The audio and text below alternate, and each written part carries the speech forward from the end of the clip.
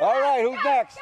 Go. Outside Milwaukee, Wisconsin, there's a kids' camp that has all the makings of a typical summer camp.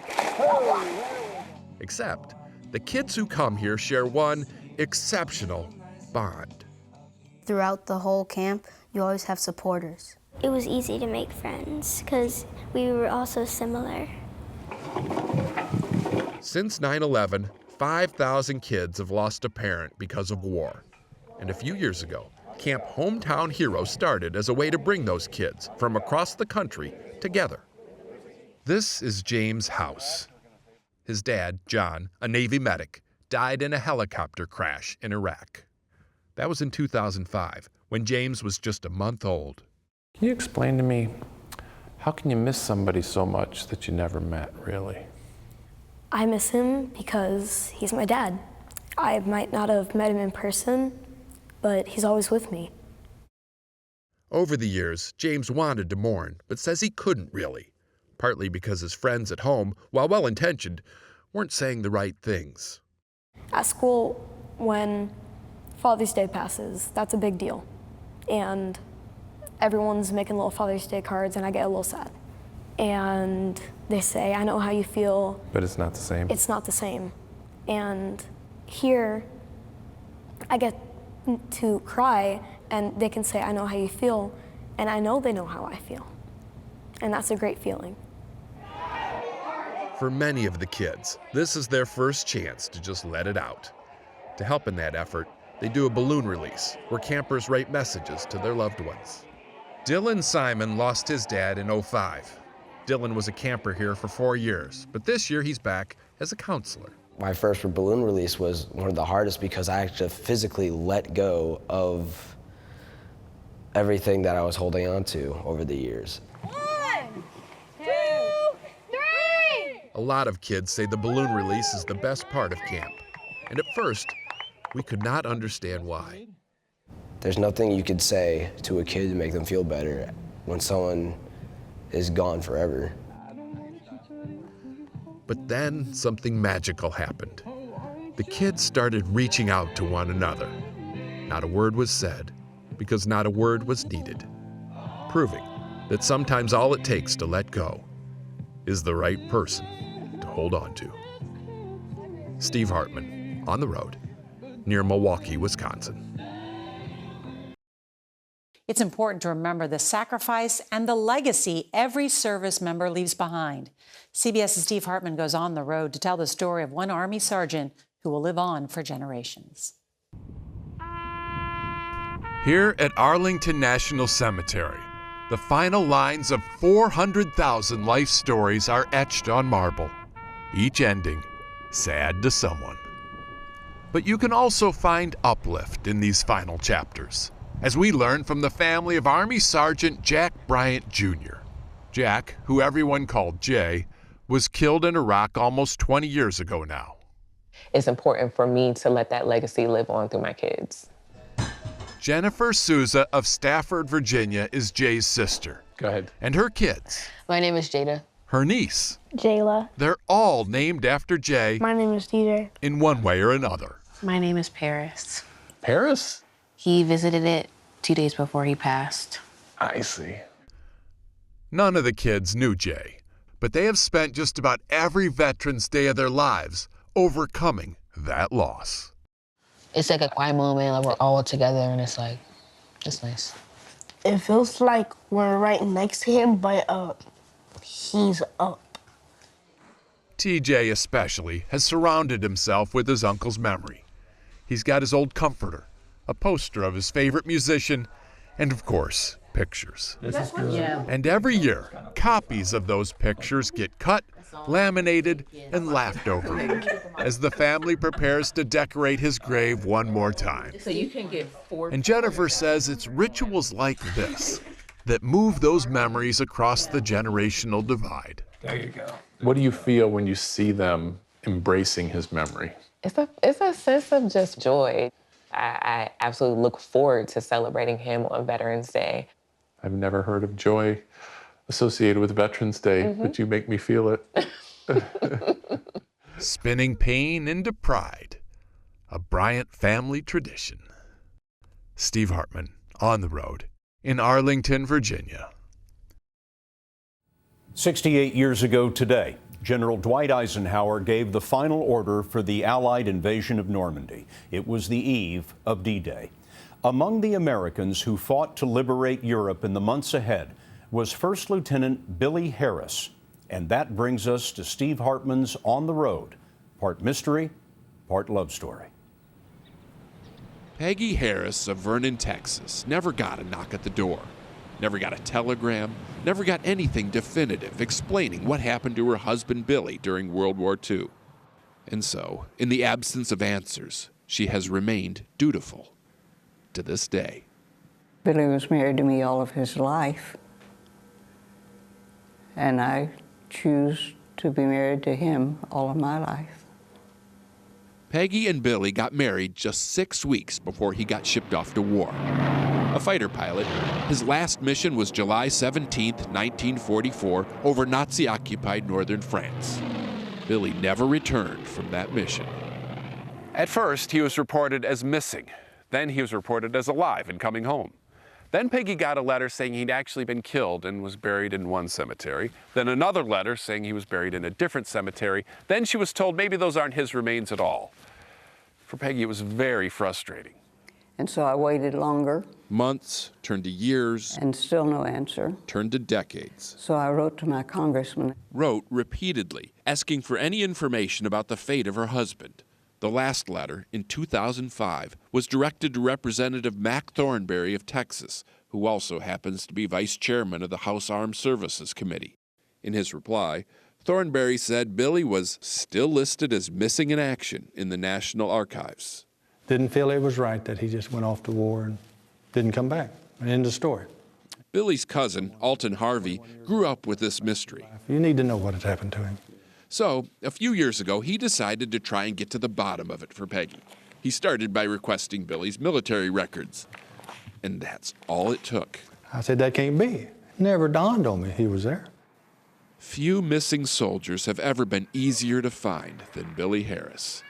Here in Normandy, France, at the world's most famous cemetery, along its most well-traveled path, the answer has been lying all along, clear and sobering as a white marble cross. So why then, as late as 2005, was Peggy's congressman still telling her that her husband was missing in action? Turns out, there are no records of Representative Thornberry ever even checking with the National Archives. And if he had, as we did, he would have seen, it says, right there, KIA, killed in action. Thornberry didn't want to talk to us. And for her part, who knows? Peggy harbors no grudge. Have to learn to be forgiving. She's just glad to finally have an answer. Since learning her husband was buried here, Peggy has been sending flowers. Valentine's Day. 10 times a year she sends flowers. His birthday. Making this, by all accounts, wedding anniversary. The most decorated grave in all of Normandy. Christmas. Cemetery officials say she's also, as far as they know, the last widow who still visits here. After 60 years, she's clearly got a lot of mourning to make up for. When people speak of closure, they are people who haven't experienced anything like this. Acceptance. Peggy says at this point that's the best she can hope for. And these visits help her get there. Yeah. Plus, she says, after just 6 weeks together as husband and wife, and more than 6 decades apart, any time together is a treasure. Steve Hartman, on the road in Normandy, France. Peggy has discovered that the people of one French town have loved and honored her husband almost as long as she has. Tomorrow, on the anniversary of D-Day, Steve will take us there. On this anniversary of D-Day, we continue our story of one of the American soldiers who fought to liberate France from the Nazis, First Lieutenant Billy Harris. As we told you last night, it took his widow 6 decades of battling bureaucracy to learn his fate. But it turns out that his death was just the beginning of an amazing tale. Here again is Steve Hartman with On the Road in Normandy, France. It's now been 67 years since the liberation of France. But at today's D-Day ceremony in Normandy, there was one woman who's still in mourning.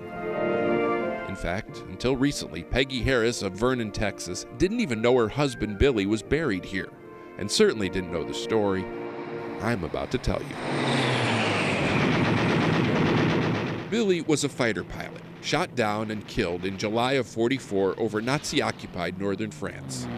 But because of a series of snafus, miscues, and miscommunications, that information never got to his wife. As far as she knew, Billy was just missing. How many years did you wait? All my life. Peggy never remarried, never moved on, and might never have known the whole story if a relative hadn't looked into his military records a few years ago. The surprise wasn't that he died. Peggy had come to assume that. It was what came after. Here in the tiny Normandy town of Levant, the main road is actually called Place Billy D. Harris. It's the same road the townspeople have been marching down 3 times a year for the past 60 years, in part to commemorate his sacrifice. How much does Billy mean to them?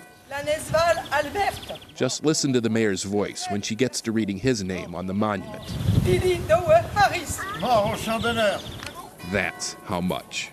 Hello, Peggy. And by extension, that admiration now goes to his wife. So happy to see you again. Since learning her husband crashed near here, Peggy has been making an annual pilgrimage. She visits the nearby woods where the plane went down, escorted by 91-year-old Guy Serlot, the only witness still living. Guy said Billy was able to maintain control of the plane despite his condition and avoid the village. A hero in death. At first, they buried Billy in their local cemetery, covering his grave with flowers knee-deep. Even after his body was moved to the American cemetery at Normandy, the town continued to take flowers to his grave. How can I not be grateful and hold these people very dear?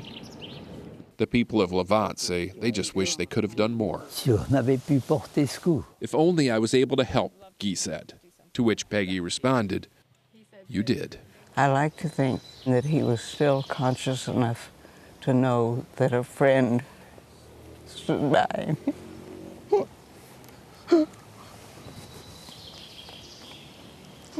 And that this man was that friend.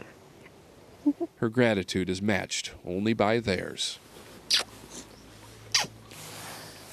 In Levant, the American sacrifice is still very much treasured and honored. So we don't forget. They don't forget. And now that we know the story, they don't forget. Neither will we. Steve Hartman, on the road in Levant, France.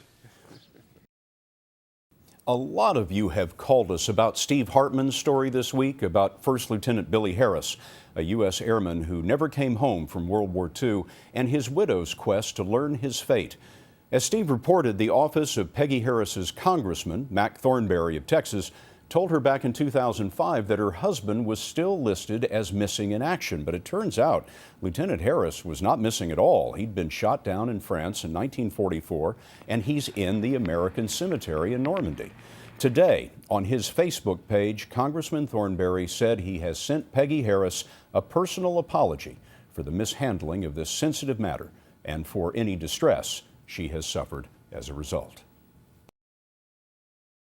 Every year in a tiny Italian village in the central part of that country, the Umbria region, they gather to remember 8 U.S. soldiers killed by the Nazis during World War II, and this is the 80th marking of that moment. The German troops murdered these escaped American prisoners of war. Chris Livesay met with an American family who visited the small town to see how their loved one is being honored. The year was 1944. The Allies were chasing the Nazis out of Italy when American forces bombed a German train. It turned out to be carrying hundreds of Allied POWs destined for a concentration camp. Among the survivors, Corporal Paul Valdez of the Army's 45th Infantry Division and 7 other Americans. They fled for their lives here to the rugged hills of Monte Buono, 42 miles outside Rome. Nello Lucchetti, now 93 years old, was 12 when one of them knocked on his door. Mother gave them a loaf of bread because the poor things had nothing to eat. Nothing, he sobs. The Americans eventually took cover behind these abandoned medieval walls, though not for long. This medieval monastery became a literal sanctuary for those 8 GIs until the Nazis eventually hunted them down and gunned them down. Villagers say the bullet holes are still visible. What cowards the Nazis were, Nello shudders, recalling the moment he saw the bodies of the slain Americans, those poor boys. Since the massacre, the town has honored those 8 GIs every year.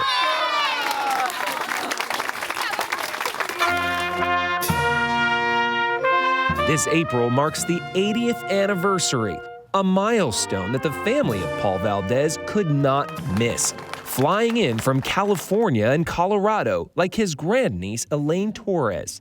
They really have kept their memories alive all of these years, all of the years that we never even knew about Montebuono or anything that had happened here. So it's extraordinary that they've really embraced all of them. They didn't forget. They never forgot. The Valdez family has Paul's German POW tag, letters home, and his prayer book. But for decades, they never knew the full story. Until, with the help of historians, the town of Montebuono reached out to Paul's brother, Ruben, in 2019. The town was taking care of him. People cared about him. Other mothers cared about him and his fellow soldiers. Ruben, Peggy Valdez's father, died just months after that call. But not without finally knowing once and for all about the town that took care of his brother and has honored his memory ever since.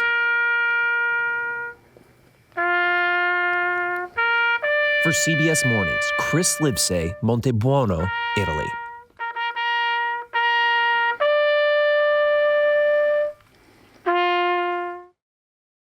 Well, I'm always glad to see another Veterans Day. To see this Veterans Day, Herb Stern had to live to the age of 103 and survive the bloodiest American battle of World War II.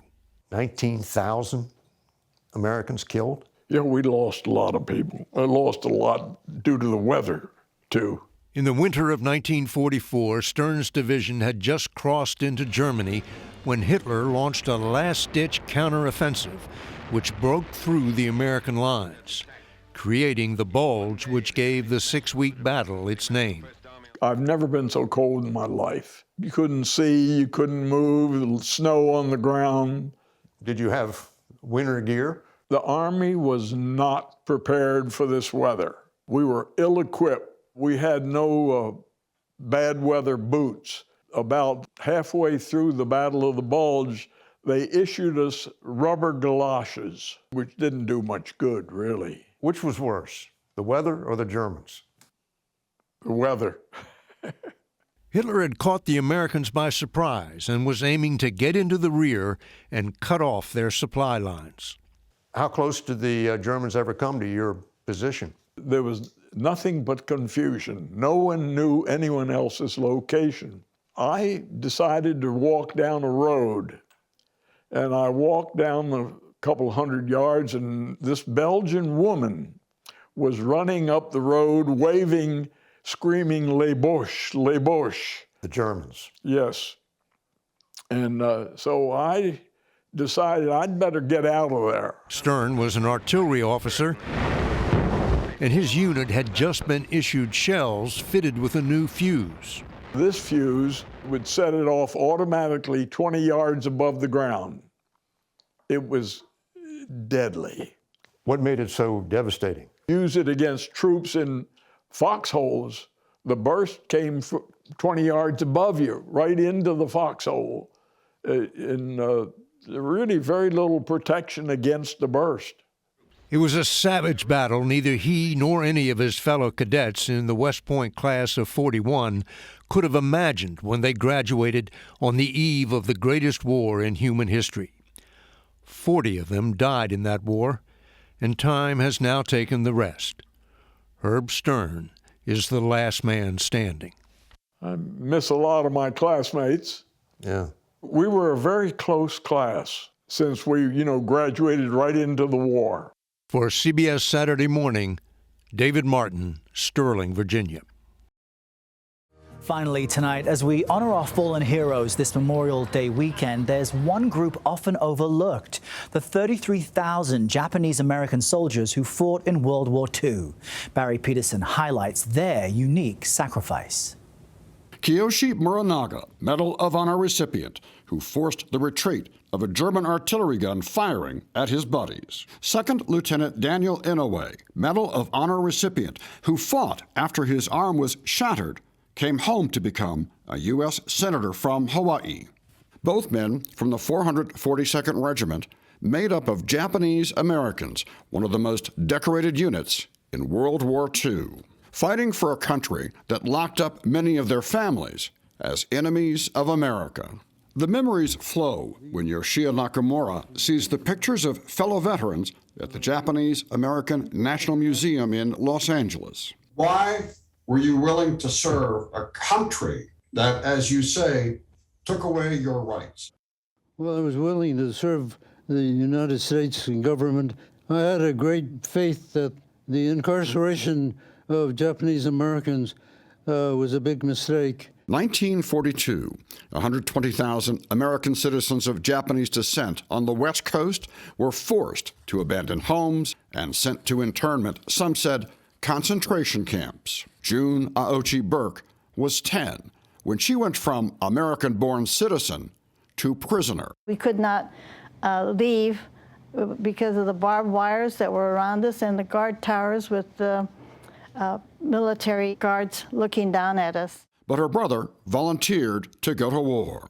Linda Gambo's father was drafted. He was in a camp, in the internment camp or concentration camp, and felt betrayed almost by a country that he had lived in. What do you want Americans to remember about them? We all are here for the American dream, and they gave their lives for that. They fought for peace and freedom, and we have to honor that. Men like Private First Class Sadao Munamori, Medal of Honor recipient, who threw himself on a grenade to save his friends. One of many Americans who never came back. Barry Peterson, CBS News, Denver. It is so easy to remember the pain of being forgotten. It kind of gets to you. It really does. When I first had somebody say, "Thanks for your service," I couldn't even talk. Nearly 40 Vietnam War veterans with deeply personal stories of the pain of war and the hurt and shame when they came home. It was very discouraging to think that I'd been over there fighting and these people were doing that to me when I came back. So you kept it quiet for a long time, never talked about it much. The journey to the memorials in Washington for the nearly 40 Vietnam War veterans saw 5 decades of emotion slowly beginning to surface. Thinking about how many of these people I knew, and how many of them I don't know. I know there's a lot of names up here. It touches me. Trying to look at all these names is just overwhelming. You could feel a common grief, and for some, a common guilt. They're the heroes. We're just the guys that survived, and we live with the guilt that we survived. That's the one thing that I feel like I've always felt guilty. The first thing that really grabs your attention at the Vietnam War Memorial Wall is the size of it, the enormity. It gets bigger as you walk down. The names stay the same size. 58,000 plus names on here, and everybody knows somebody, and that includes me. That's a picture of my dad. That's my dad's name.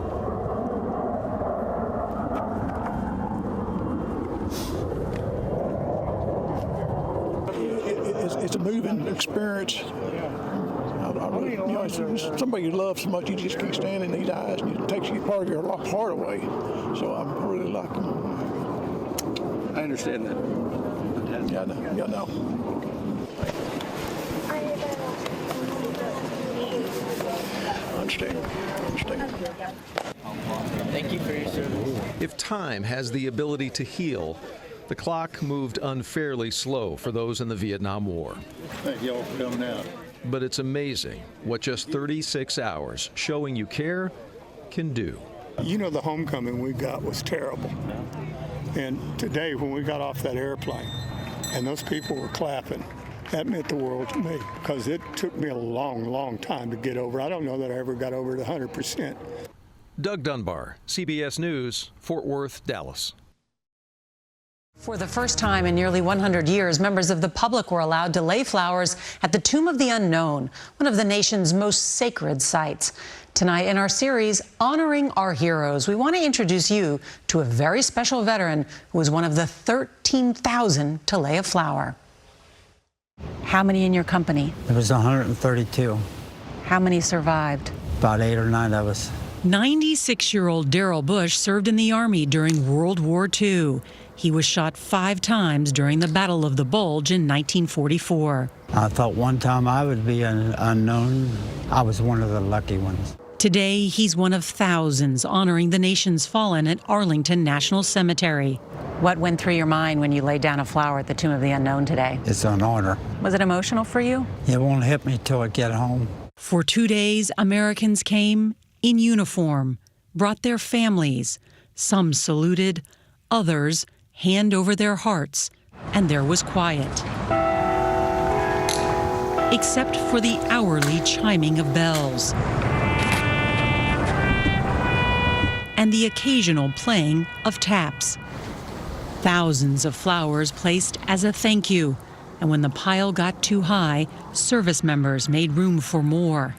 I came with my parents. My father served in the Army for 30 years. An honor to lay flowers at a memorial created 100 years ago to commemorate Americans who died in war and their bodies never identified. Well, I kept thanking God that he was safe. Bush was able to come home to the love of his life, Dorothy, now his wife of 78 years. How do you give back? I think you treat other people the way you'd like to be treated. Even a little difference goes a long way.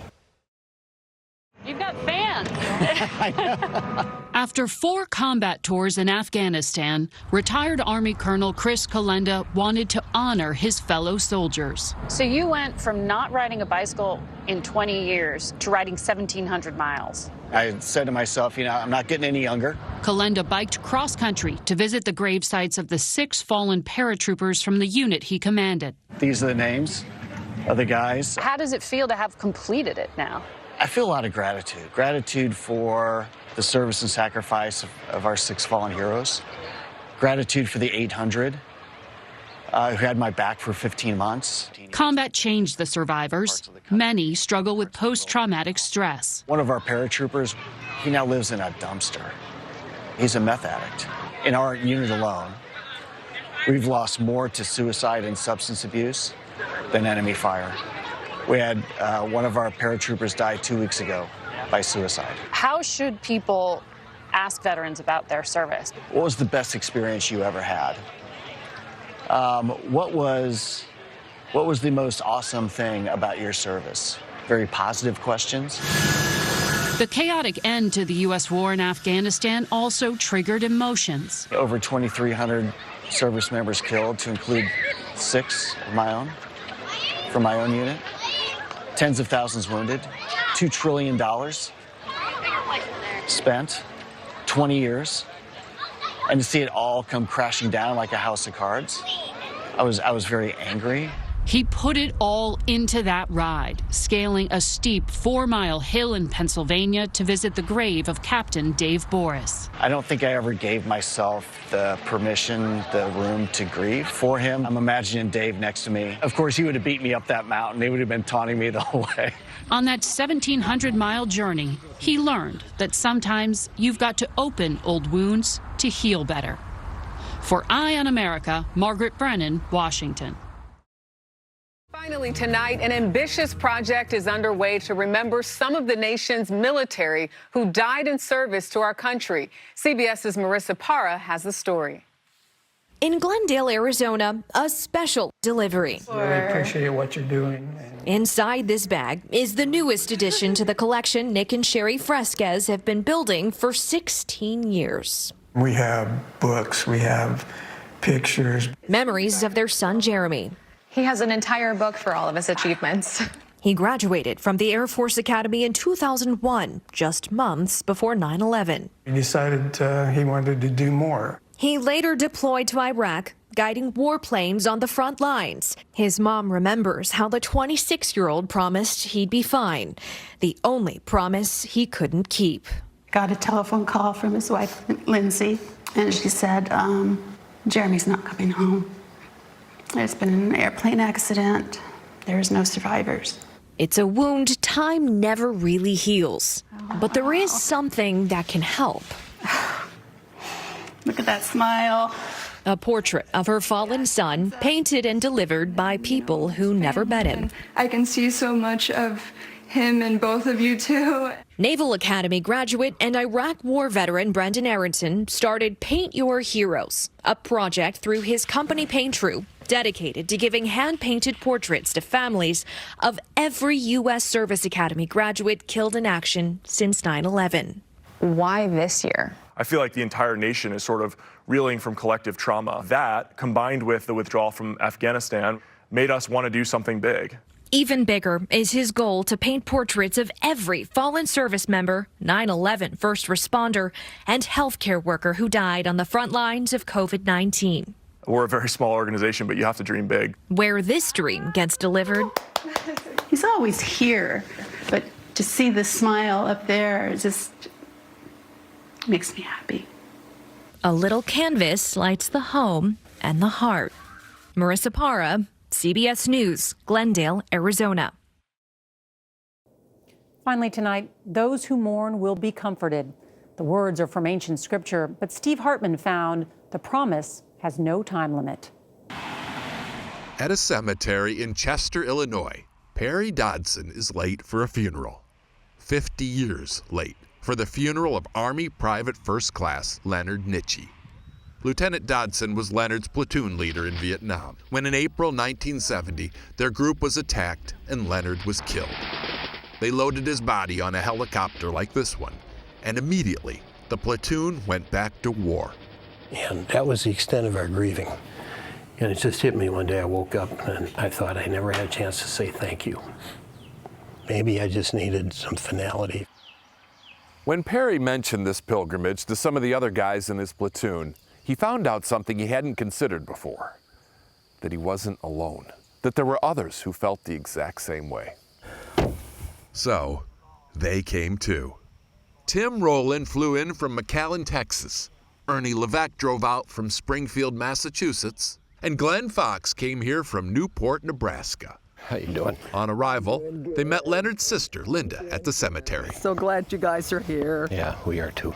Everyone gathered to pay their respects to Leonard. That's why this is so important to us today. Come on in. Because we never got to do this when it happened.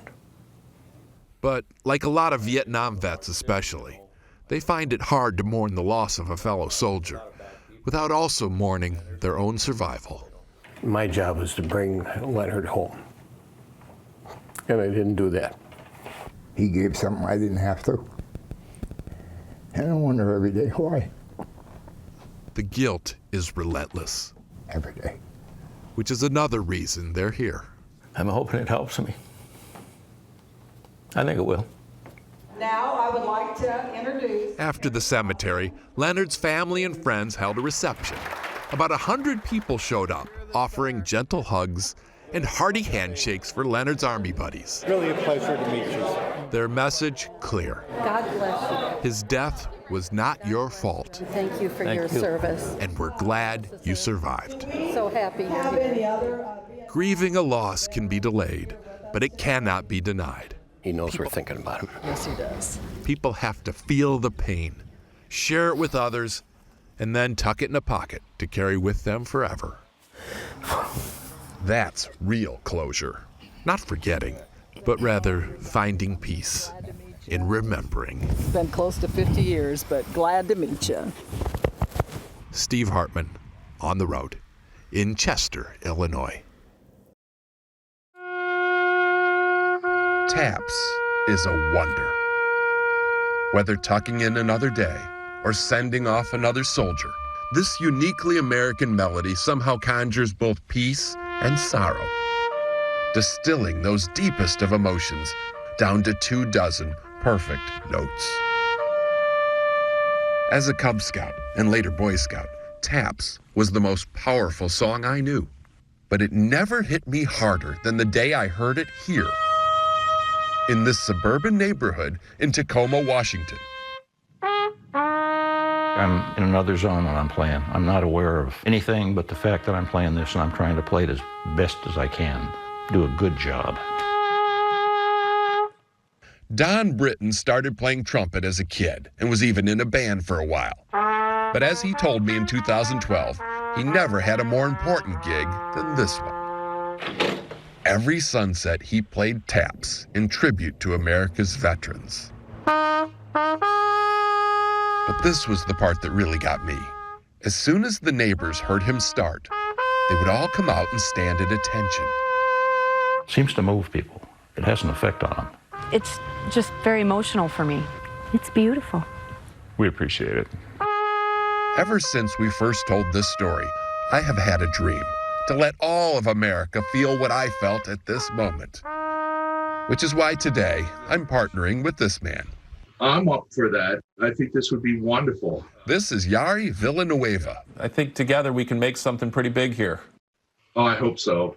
Yari is a retired Air Force bugler who now runs an organization called TAPS for Veterans.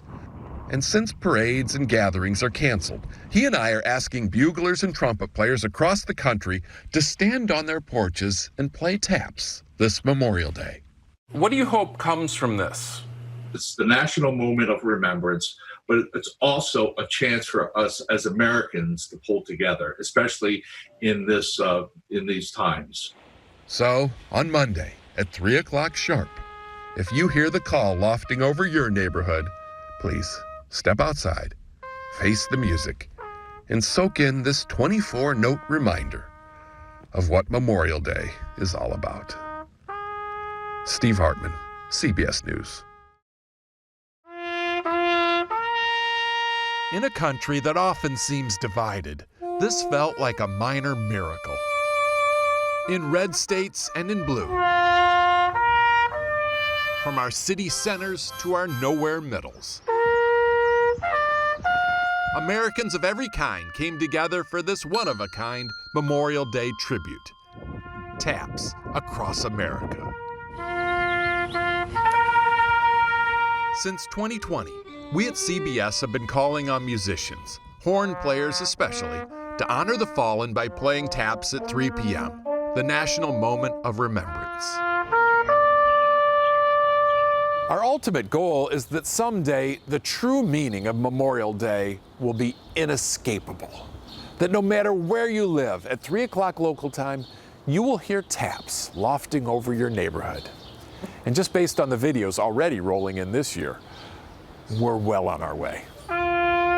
We got videos of people on their back decks and the deck of the USS Yorktown.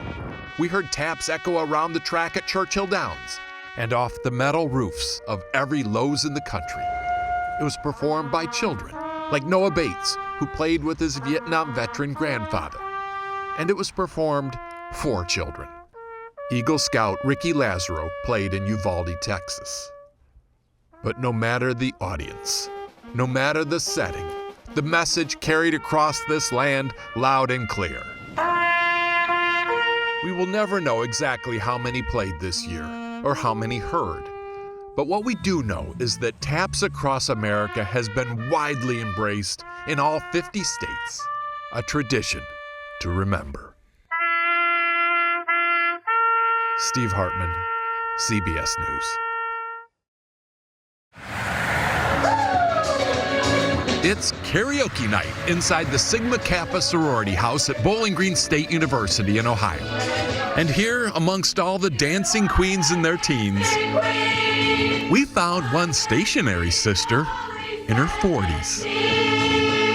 Tiffany Eckert, America's most unlikely sorority sister, in so many more ways than one. I still miss you every day.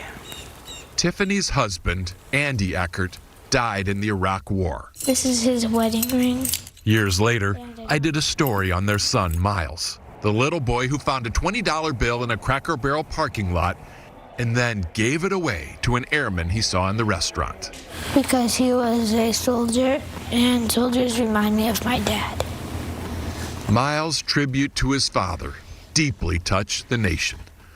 But there was another story here, one that has gone untold till now. Yeah. Just a few hours before my husband was killed, he called home from Iraq, and he said no matter how long it took, I had to get an education, and he made me promise that I would. And then he told me, I love you more than anything in this world. I'll call you tomorrow. It was the last promise she ever made to him, and the only one she hadn't kept. Tiffany says she barely made it through high school and now had little kids to raise on her own. College was out of the question.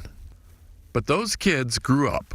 So 3 years ago, she decided to not only enroll, but to immerse herself in the full college experience. You can't focus on the negative because you'll always be in the pit. It's easier to claw your way up when you're reaching for the sunshine. That's how you get out of the hole. You know, she's helped me so much and she's inspired me a lot, and I know she's inspired a lot of the other girls in the chapter. There's definitely not one person she hasn't made an impact on. Absolutely. Yeah. Including, Tiffany hopes, the most important person. I go back to that last phone call, and I think he's really, really proud of me. She graduates next month. Love you. Promise kept. Steve Hartman, on the road, in Bowling Green, Ohio. Whoa. Even in Texas, a horse only gets you so far. Which is why, as we first reported last year, Justin Rozier started thinking about a car. Specifically, he told his mom, Jessica, he would love to have a car, any car, that his dad once owned. Whoa. I mean, it could have been a 1974 Dodge Astro. I don't even know if that's a car, but it could have been anything, and he would have said yes. Why? I know that he wishes his dad was here. In 2003, Justin's dad, Army First Lieutenant Jonathan Rozier, died in Iraq. Justin was 9 months old. Today, he cherishes anything that used to belong to his dad, which is why he thought it would be so cool to have his car. I don't know, like just knowing that he had it, it's a whole lot different than just any other thing, really. Unfortunately, yeah. After John died, Jessica had to sell the car, a '99 Toyota Celica convertible like this one. Finding it again would be nearly impossible, but Jessica said she had to at least try. This is a needle in a haystack. Well, I've seen magical things happen on Facebook. So she posted the old VIN number with a note asking for help. And somehow that message made it all the way to Pleasant Grove, Utah, where local residents not only found the car. We decided, let's see if we can buy the car. This is Kyle Fox. Now, I'm not saying he's a saint, but like to serve and that butterfly stayed there for half an hour. No, I don't even know where I was in that. Anyway, Kyle got donations to purchase the car and then assembled a team of volunteer mechanics to fix it like new. All of this, unbeknownst to Justin, until this very moment. Kyle drove the car from Utah to surprise Justin for his 15th birthday. Go see it. I can't tell you what this meant to Justin. I mean, I really can't. He tried to explain it to me, but when he opened his mouth, no words fell out. It's a link to the past for him. Yeah. It's a big thing for me, too. I never got to see him come home. So that just one moment right there was, I think I needed that. Obviously, this was never about a car. No, this was about trying to push past what you can't forget, trying to remember what you never knew, And on this most American holiday weekend, it's about appreciating all the layers of sacrifice. I'm so glad we could do this for you. Steve Hartman, on the road in Moore, Texas. All Marines train hard, but few are tougher and none are stronger than this elite unit of 10 Marines stationed in Washington, D.C. We all wanted something to push us, and we found it. Pushing myself mentally and physically, the most difficult thing that I've ever done in my life. It's one of those things where if you don't go through it, sir, you know, nobody will really understand. He's right about that. In this case, not even seeing is believing. Corporal Luke Givens is their platoon sergeant. We have such a unique group of individuals that are able to live up to the very strict standard of what we need out in Arlington every day. The mission of these mightiest of Marines is to shoulder the burden of American grief. Literally. They are the body bearers. And every day here at Arlington Cemetery, in teams of 6, they carry the caskets. Other branches of the service use 8 men and carry lower. But Marines pride themselves on doing more with less, and they take that pride to the grave. To do this and make it look so effortless, they practice with a weighted coffin, day and night in the basement of an old parking garage at Marine Barracks, Washington. We want it to be so level and so smooth that it looks like it's just floating across Arlington. So if we're flawless, then that's what their last memory of their loved one was. He must have been one of them, just as flawless as them. On this day, the ceremony was for a retired colonel with more than 30 years of active duty service, including Vietnam. But a ranked private gets the same level of devotion from these men, summed up in their motto, the last to let you down. You drop all semblance of, caring about yourself, and it becomes about everybody else. There's no place I would rather be than right here doing what we're doing. This is the most honorable, humbling thing I've ever done in my life. On that note, you should understand the body bearers don't often do interviews. They're uncomfortable with attention. So after this story is done, Corporal Givens has politely asked that you never consider them again. We would just ask, I guess, that people don't think about us, that they think about the Marines that we are honoring, pay respect to them. Steve Hartman, on the road at Arlington Cemetery. Everyone knows Marines are always ready, and they proved it once again with an unexpected amphibious mission. Here's CBS's Steve Hartman on the road. Traffic and weather on the 8th. It was a deceptively beautiful morning in the nation's capital. Severe weather is not expected today. But by that afternoon, several inches of heavy rain had fallen in parts of the district, and no one was caught more off guard that September day than Virginia Waller of Hagerstown, Maryland. Virginia was coming down this exit ramp when she ran headlong into a flash flood. Hit the water with such force it tore off her license plate. Water so deep, her car wouldn't budge. It was scary. Had you ever felt that scared before? No, I thought I could die. Virginia is a woman of faith, but she says she's never prayed harder than she did at that moment. Clinging on to the hope that God heard me. A minute passed. You had to think you were seeing things. Yeah, for a second, it was like, is this real? So I had to take my phone out and start recording it. So cool! What Virginia saw was the next best thing to the hand of God. The Marines are gonna help us! Marines in dress blues who seemed to appear out of nowhere. Thank you so much! Believe it or not, I've actually met these same men before and can personally vouch for their strength of character and their strength.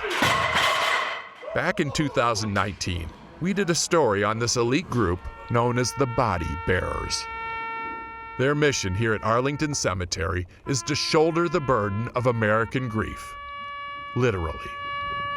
Men so humble in their charge, they rarely do interviews, and were especially reluctant to talk about rescuing Virginia that day. Yeah. We had to fight to get you on camera.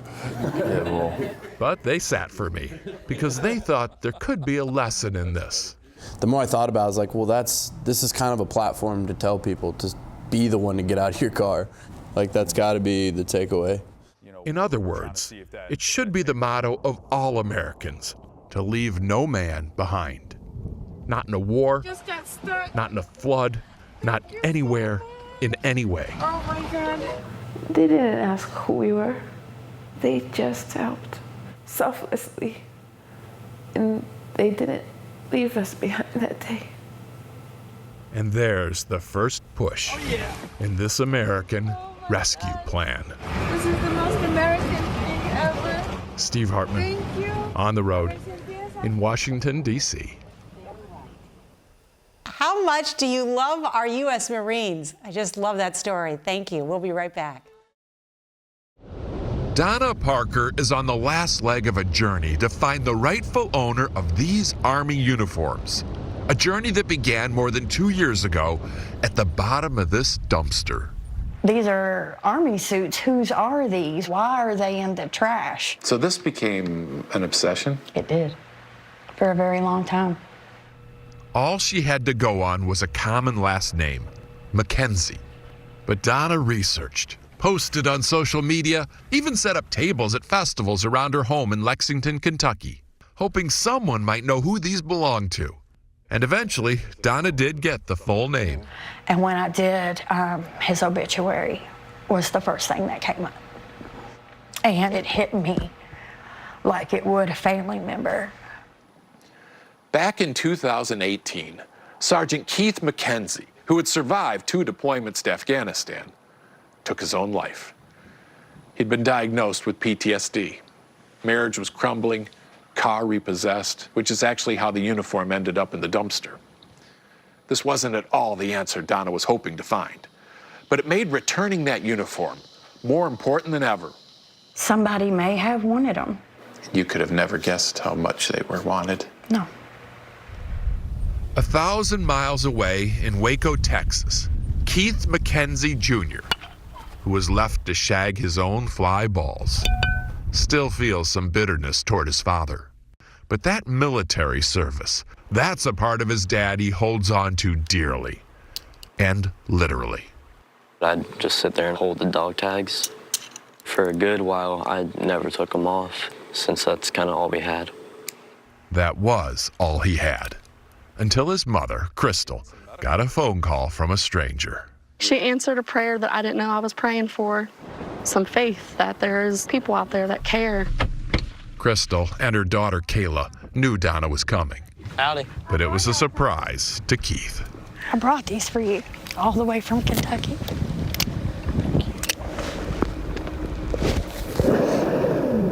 I've been looking for y'all for a long time. Thank you. Donna Parker set out to return a uniform. I don't think you understand how much this really means to all of us. But what she really returned to this family was hope. Steve Hartman, on the road, near Waco, Texas.